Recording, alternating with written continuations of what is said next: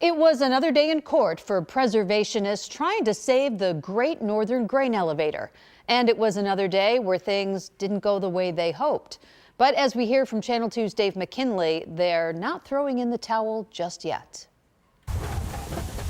Just hours prior to today's court proceeding, we noticed a crew arriving whose job it is to map out underground utilities and issue a dig ticket. One of the first steps Archer Daniels Midland needs to take in order to begin the demolition. The grain elevator, which hasn't been operable for 40 years, suffered a partial collapse of its northern wall during the windstorm of December 11th, leaving a gaping hole on the side of the 125-year-old landmark. Today, preservationists were back before the same judge who earlier this week lifted a temporary order which had prohibited demolition when he ruled the city followed proper procedure in granting ADM an emergency demolition permit.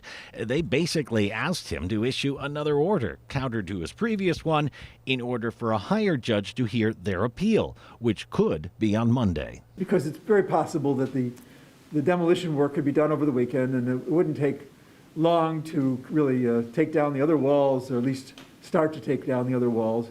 And it's the Archer Daniels Midland, the ADM Milling has stated its intention that they feel that this is what they want to do. They have the equipment out there, so we're only asking for a short stay. To hear a lawyer for ADM tell it, those walls will not come down this weekend unless they come down by themselves. Indeed, he says the demolition would be a rather lengthy process.